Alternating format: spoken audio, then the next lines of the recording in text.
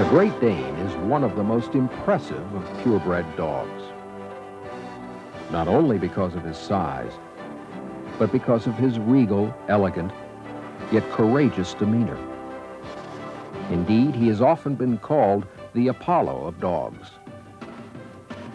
One of the oldest of breeds, this picture of an ancient Egyptian toy from 3,000 years BC resembles our modern Danes. In the land of Plato, Aristotle, and Homer, Greek warriors knew him as the Molossian hound.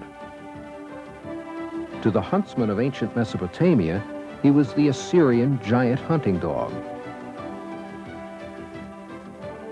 The Roman emperors in the Colosseum called him the giant fighting dog.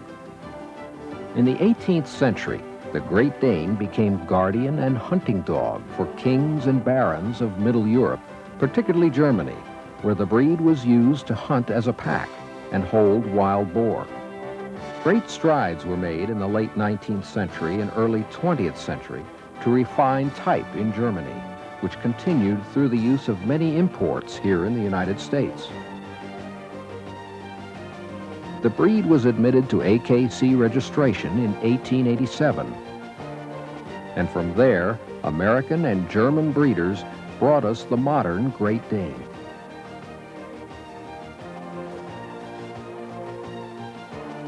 These photographs of several dogs from the past illustrate excellence of type which has existed in the breed.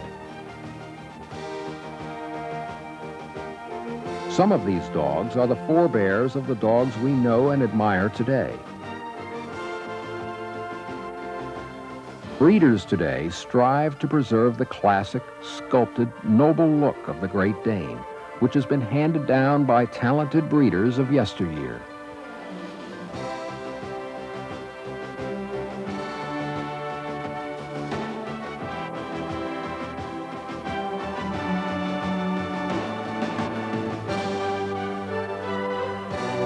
You'll be seeing many Great Danes during this presentation.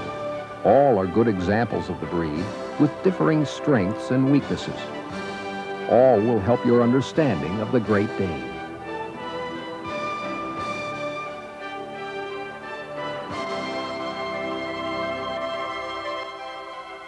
Keep in mind that deviations from the described ideal should be penalized in proportion to the degree of the deviation.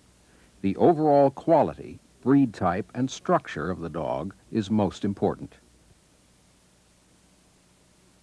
The Great Dane coat color may be one of 5 types: brindle, fawn, blue, black, and harlequin. Later, we will discuss each one individually in greater detail.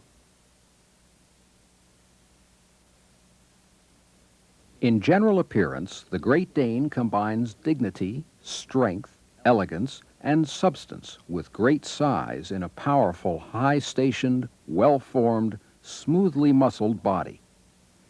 Despite its size, the Great Dane must never appear clumsy, but must always be well-balanced and move with a long reach and powerful drive. Perhaps more than in other breeds, there is a distinct impression of great masculinity in dogs, compared to an impression of distinct femininity in bitches. There is no difficulty determining which of these animals is which.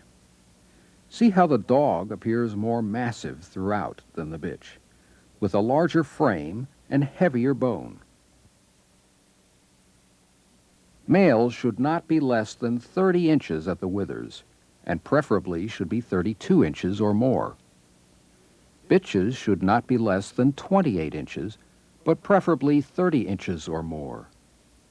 Balance and proportion are of utmost importance, regardless of height. But any Great Dane under minimum height must be disqualified.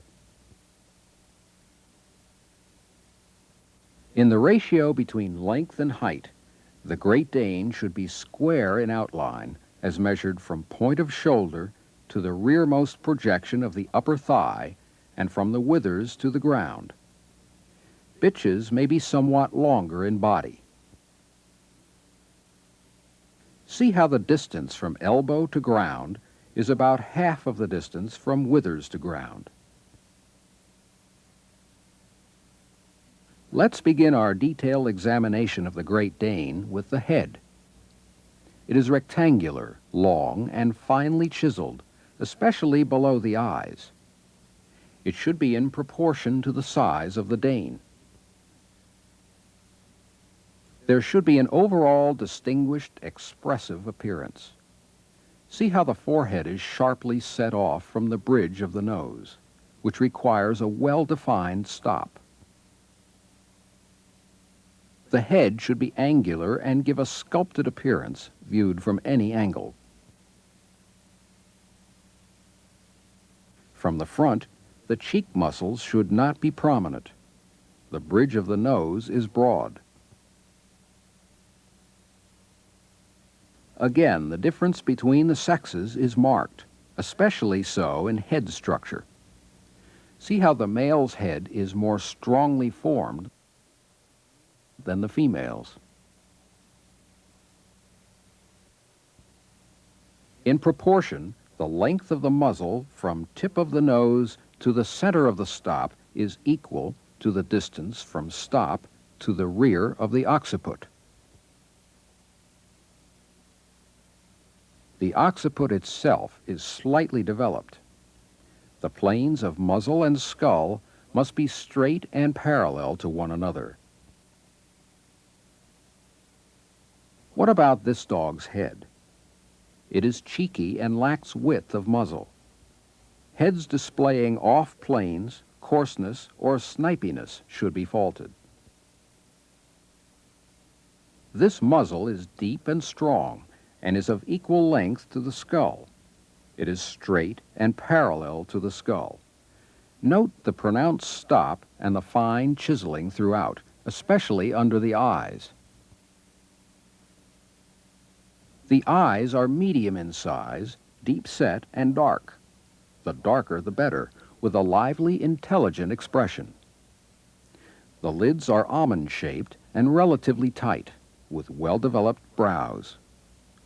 Haws, round eyes, so-called Mongolian eyes, or any eye abnormalities are serious faults. Lighter eyes are not desirable. Dark eyes are always preferred.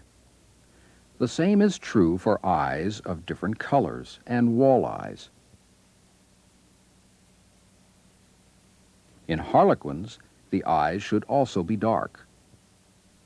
Light-colored eyes, blue eyes, eyes of different colors, and wall eyes are permitted but less desirable. Ears are high-set, medium in size, and of moderate thickness. They are usually cropped. Cropped ears should be a size in keeping with the size of the head and are carried erect when alert. Ears may also remain uncropped in their natural state.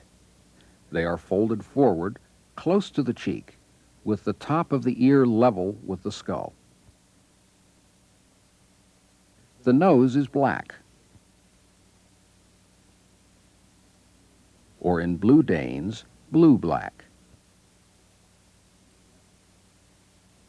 Harlequins may have spotted black noses, which are acceptable, but a pink-colored nose is not desirable. In any color, a split nose is a disqualification. The Great Dane's bite is a scissors bite. The teeth should be strong, well-developed, and clean with full dentition. Misaligned or crowded incisors, as seen here, and even bites are minor faults. Overshot or wry bites are serious faults. An undershot jaw is a very serious fault. Here again are exemplary Great Dane heads, exhibiting proper construction of head planes and typical expression. Intelligent, regal. Spirited, confident, and friendly. Now let's discuss the Great Dane's neck and body. The neck is firm, high-set, well-arched, and should be long and muscular. See how it gradually broadens from the nape and flows smoothly into the withers. The neck underline should be clean with no loose skin. This correct neck is long and muscular, firm and well-arched. Note again the gradual broadening from the nape and the clean neck underline. A smooth, clean line from the skull down the neck over the withers to the back is desired.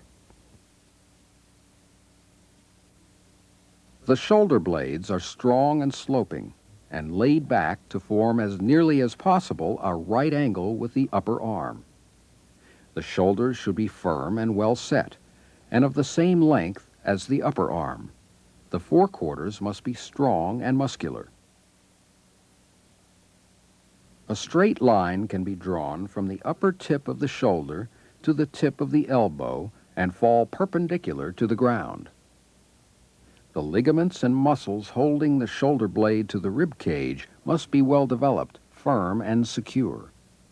The brisket extends to the elbow, and there should be a well-developed forechest. From the front, you can see the powerful muscling of the shoulders. The chest is broad and deep, and well-muscled. Forelegs are straight and well-boned, with elbows held close to the body. Pasterns are strong and slope slightly. The front feet are round and compact, with well-arched toes. Nails are short, strong, and usually dark. Dew claws may or may not be removed. What about this dog's front? It appears too straight in shoulder and upper arm. This will prevent good reach in front. The brisket lacks proper depth.